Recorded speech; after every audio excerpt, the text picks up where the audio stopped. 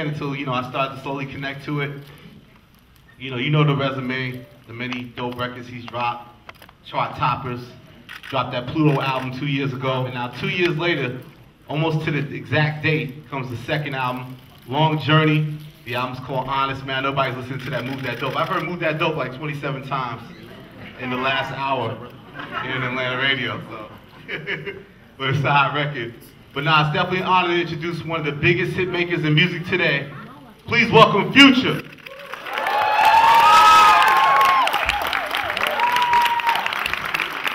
Just being honest.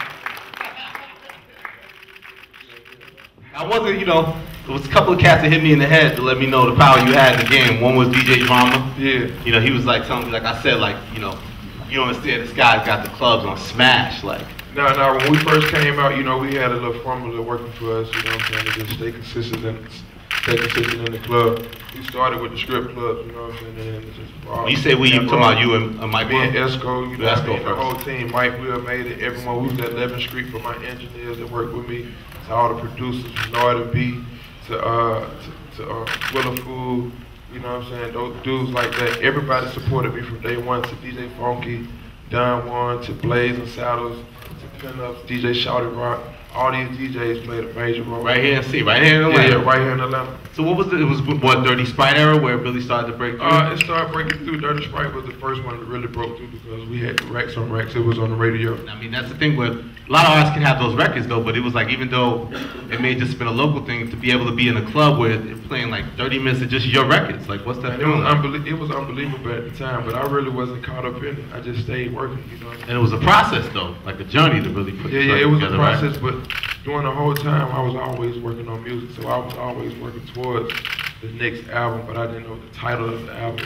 I took a long break throughout that period of time, just making records on my featured records. Yeah. So I was featured on Bugatti, I was featured on the Love Song, and we had the Miley Cyrus with the Real and True. We tried to jump it off after Honest, and we was like, man, it's just that connection. It's a disconnection because we understand these records are hits, but somehow, some kind of way, it's just flying over people's head. So we had to come back and do the Move That Dope.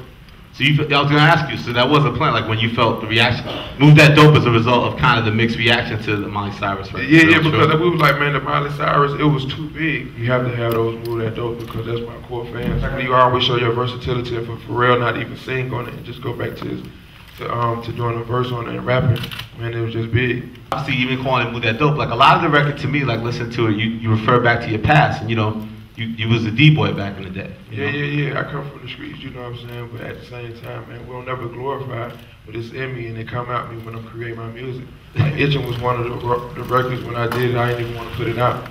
Mike Will was like, man, you got to put this record out. It was too much of all of me. I didn't want to give to all of me. Obviously, a lot of people know that Rico Wade's your cousin. Yeah, Rico Wade, my cousin. Yeah. He came out with Dungeon Family. He put Outkast together, put Goody Mob together.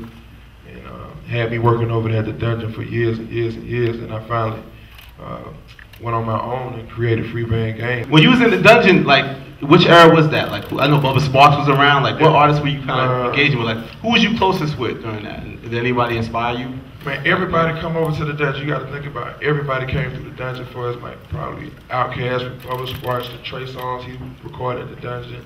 Tip used to come to the Dungeon, Ludacris would be at the Dungeon, CeeLo at the Dungeon. Big Boy come out of Dungeon, Puff come out of Dungeon, Snoop Dogg, Talib Kweli. I think people are fascinated by your relationship with Drake.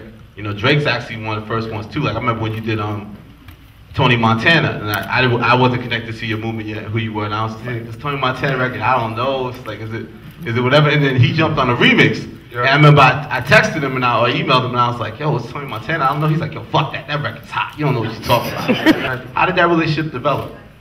Just do music. Like he called from day one when I was doing Tony Montana. He reached out to me. He was like, man, I want to be a part of this record. I was like, man, get on it, but I don't really want to do. I don't do the politics and stuff. I know how the things go and all this. So you really don't have to do it for me. He's like, nah, man, it's cool. I'm gonna do it. And he ended up getting on the record, man. The lyrics of Drunken Love were already there, and you kind of just vocalize it and add your touches to it. Yeah, Drunken Love, like the Drunken Love, that part right there. But everything else, they did their own wordplay. Yeah. But on the Good Morning, you have that We Be All Night and those kind of things. Was that written around the same time and took different Everything elements of was written around the same time. But I'm still not clear. Why? So why aren't you properly? Why is this a confusion? Like, why aren't you just properly credited for that song? And then why can't you put Good Morning out if you choose?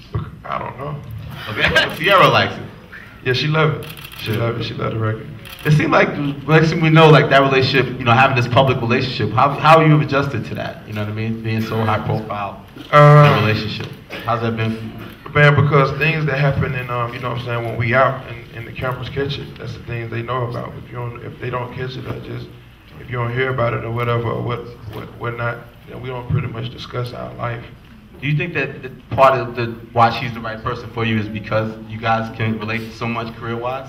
She understands the music. She understands when you're working in the studio, you're on the road 24 hours. She like, man, I already know what you're doing. I know how the grind go. I know you're promoting the album. I know when you got to stay in the studio, the mixing, the mastering. She know the behind the scenes. She know everything that go on into living this life.